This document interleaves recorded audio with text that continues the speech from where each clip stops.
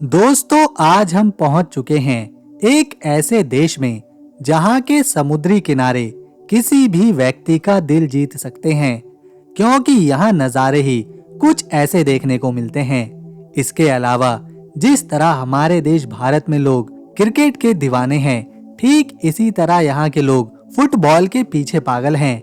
हाल ही में यहाँ कुछ ऐसे कानून लागू किए गए हैं जिसे सुनकर हम भी हैरान रह गए। जैसे कि यहाँ लड़का लड़का और लड़की लड़की कानूनी रूप से शादी कर सकते हैं। इसी के साथ मैरिजुआना ड्रग को भी यहाँ पर कानूनी रूप से मान्यता दे दी गई है।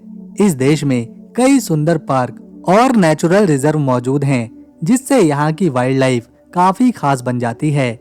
साथ ही साथ यहाँ की महिलाओं को देह व्यापार करने की भी कानूनी रूप से आजादी दी जाती है।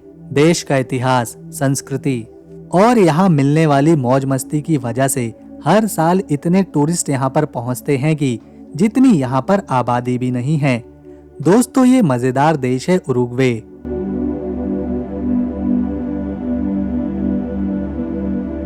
जानेंगे इस देश की यात्रा के दौरान कुछ बेहद ही खास बातों को, खान पान को, संस्कृति को और सबसे बेस्ट टूरिस्ट प्लेसेस को। तो बने रहें हमारे साथ इस सफर में।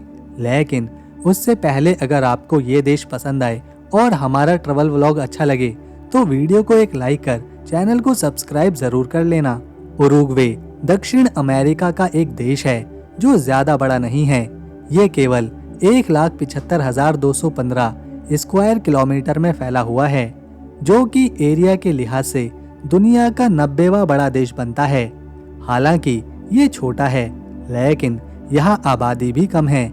केवल 35 लाख लोग ही यहाँ पर आबाद हैं, जिनमें से 52% संख्या महिलाओं की है और 48% में पुरुष हैं। ये है देश की राजधानी मोंटेवीडियो। असल में ये एक पोर्ट सिटी है जहाँ से पूरे दक्षिण अमेरिका में व्यापार किया जाता है, इसीलिए ये आर्थिक रूप से काफी मजबूत मानी जाती है। इस शहर को 1724 में स्पेन के एक ब्रिगेडियर ने बसाया था, क्योंकि उस समय पुर्तगाल और स्पेन के बीच हालात ठीक नहीं थे और इसी वजह से हालात को कंट्रोल करने के लिए सबसे पहले इस शहर को मिलिट्री बेस की तरह इस्तेमाल किया गया था। आज ये शहर आधुनिक शहरों में गिना जाता है, क्योंकि यहाँ पुरानी इमारतों के साथ नई बिल्डिंग्स भी देखने को मिलती हैं। कई सारे टूरिस्ट स्पॉट भी हैं और देश की 35 लाख की आबादी में से 15 लाख लोग केवल इसी शहर मोंटेवीडियो में रहते हैं। जैसा कि दक्षिण अमेरिकी महाद्वीप के ज्यादातर देशों पर 250 से 300 सालों तक स्पेन ने शासन किया है, ठीक इसी तरह यहाँ उरुग्वे में भी स्पेन ने लंबे समय तक शासन किया है। यही वजह है कि इस देश की आधिकारिक भाषा स्पेनिश है। यहाँ के लोग इसी भाषा का इस्तेमाल करते हैं। स्पेनिश संस्कृति का प्रभाव लोगों के जीवन में उनके पहनावे से लेकर खान पान और डांस में भी देखने को मिलता है। 1811 में उरुग्वे के लोगों ने स्पेन से आजादी हासिल कर ली थी, लेकिन ये पूरी तरह जब आजाद हुआ जब इसे 1825 में ब्राजील से आजादी मिली।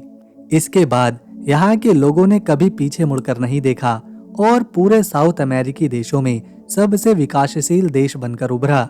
ये है यहाँ पर चलने वाली करेंसी, जिसे उरुग्वियन पीसो कहा जाता है, और एक पीसो हमारे देश भारत के केवल 2 रुपए के बराबर है। ये है मोंटेवीडियो की ओल्ड सिटी, जिसे सियुडेड विएजा कहा जाता है। ये वही जगह है जहाँ इस शहर को पहली बार बसाया गया था। यहाँ खड़ी सैकड़ों साल पुरानी इमारतें बहुत सी कहानियां बताती हैं। यहीं पर प्लाजा इंडिपेंडेंस है, जो देश की आजादी को दिखाता है। सड़कों पर छोटे छोटे स्टॉल हमें यहाँ देखने को मिलते हैं, जहाँ पर आर्ट क्राफ्ट, मैग्नेट्स, पेंटिंग और देश की संस्कृति के बारे में गहराई से पता चलता है। यहाँ अक्सर सैलानियों की भीड़ रहती है, क्योंकि किसी भी देश का अगर जीता जागता इतिहास देखना होता है तो ओल्ड सिटी घूमने से बढ़िया क्या ही हो सकता है। उरुग्वे के लोग काफी ज्यादा पढ़े लिखे होते हैं और यहाँ की लिटरेसी रेट 99% की है, यानी यहाँ का हर इंसान पढ़ा लिखा है। इसके पीछे की वजह है कि शिक्षा न केवल यहाँ पर मुफ्त है, बल्कि उच्च स्तर की भी है। हर बच्चे को लैपटॉप मुफ्त में दिया जाता है, जिससे विद्यार्थियों का मन पढ़ने में अपने आप ही लगा रहता है, और इंटरनेट भी फ्री दिया जाता है। शायद इसी वजह से विंड पावर टेक्नोलॉजी के क्षेत्र में इस देश ने अहम योगदान दिया है। यहाँ पर दुनिया के सबसे एडवांस विंड टरबाइन और सोलर सिस्टम बनाए जाते हैं और उन्हें इस्तेमाल किया जाता है। खेती को आसान बनाने के लिए कई तरह की ड्रोन टेक्नोलॉजी भी इजाद करी गई हैं। पढ़ाई के साथ साथ उरुग्वे के लोग खेल-कूद में भी किसी से पीछे नहीं हैं और यहाँ की फुटबॉल टीम दुनिया की सबसे अच्छी फुटबॉल टीम में से एक है। यहाँ के लोग कभी भी अपने देश की टीम का मैच देखना नहीं भूलते और अगर टीम जीत गई तो मानो सड़क पर किसी त्योहार का माहौल हो जाता है। ज्यादातर साउथ अमेरिकन देशों में हर साल कार्निवल नाम से एक त्योहार मनाया जाता है। ठीक इसी तरह यहाँ उरुग्वे में भी हर साल जनवरी और फरवरी के महीने में इस त्योहार का आयोजन किया जाता है, जो पूरे 40 दिनों तक मनाया जाता है और फिर 40 दिनों तक यहाँ के लोगों को राष्ट्रीय छुट्टी भी दी जाती है। इसमें सबसे ज्यादा धूमधाम राजधानी मॉन्टेवीडियो में देखने को मिलती है। ये कार्निवल उरुग्वे की संस्कृति का एक अहम हिस्सा है। इसमें यहाँ की संस्कृति, म्यूजिक, डांस और खानपान देखने को मिलता है। लोग सड़कों पर भारी संख्या में जश्न मनाते हैं, रंग बिरंगे कपड़े, मास्क और हैट लगाते हैं। चारों तरफ केवल मौज मस्ती और खुशी का माहौल रहता है। न केवल उरुग्वे बल्कि विदेशों से भी लोग इस कार्निवल में शामिल होने आते हैं।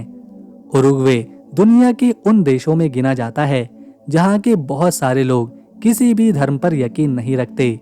आबादी का 40% हिस्सा यहाँ पर नास्तिक है, 50% में ईसाई धर्म को मानने वाले हैं और 10% में अन्य धर्मों के लोग यहाँ पर रहते हैं।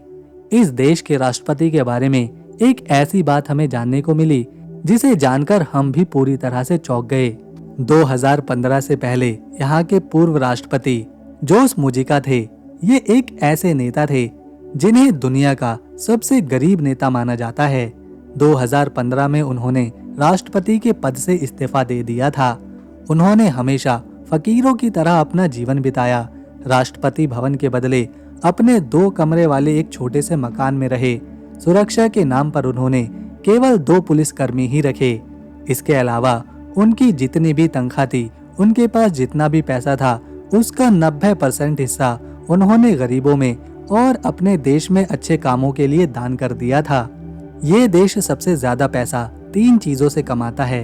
एक कृषि और पशुपालन से, दूसरा प्रोडक्शन से और तीसरा टूरिज्म इंडस्ट्री से। यहाँ के 65% लोग कृषि और पशुपालन से जुड़े हुए हैं। यहाँ पर सबसे बड़ी नदी है उरुग्वे और इसी नदी के नाम पर देश का नाम रखा गया है। ये नदी ब्राजील से निकलती है, उरुग्वे पहुँचती है और फिर अर्जेंटीना में जाकर समाप्त होती है।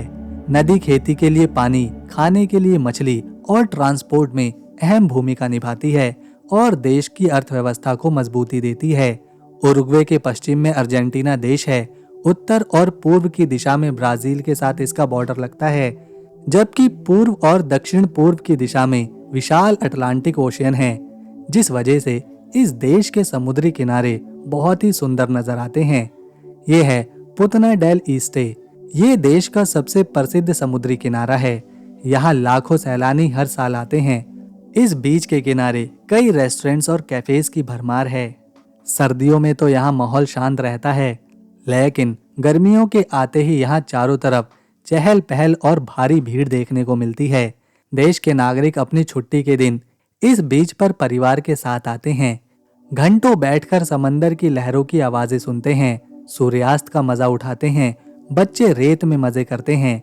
इस बीच का नजारा कमाल का होता है और इसे आप खुद भी अनुभव कर सकते हैं। लोग यहाँ घंटों धूप में पड़े रहते हैं। कोई फुटबॉल खेलता हुआ दिखाई देता है तो कई महिलाएं फोटो खिंचवाती हैं, तो बहुत सारे लोग आराम से पीछे बैठकर इस जीवित माहौल का आनंद लेते हैं। उरुग्वे साउथ अमेरिका का पहला ऐसा देश बना था जिसने सेम सेक्स मैरिज यानी कि लड़के लड़के और लड़की लड़की की शादी को स्वीकार किया था। साल 2013 में यहाँ इसे कानूनी रूप से मान्यता दे दी गई थी, क्योंकि ये देश आबादी के हिसाब से काफी बड़ा है। यहाँ पर शिक्षा मुफ्त है, लोग पढ़े लिखे हैं और स्वास्थ्य सेवाएं सभी को आसानी से मिल जाती हैं। इस वजह से यहाँ के लोग अपना जीवन उच्च गुणवत्ता के साथ बिताते हैं। वहीं यहाँ की प्राकृतिक हरियाली हवा को साफ और शुद्ध रखती है।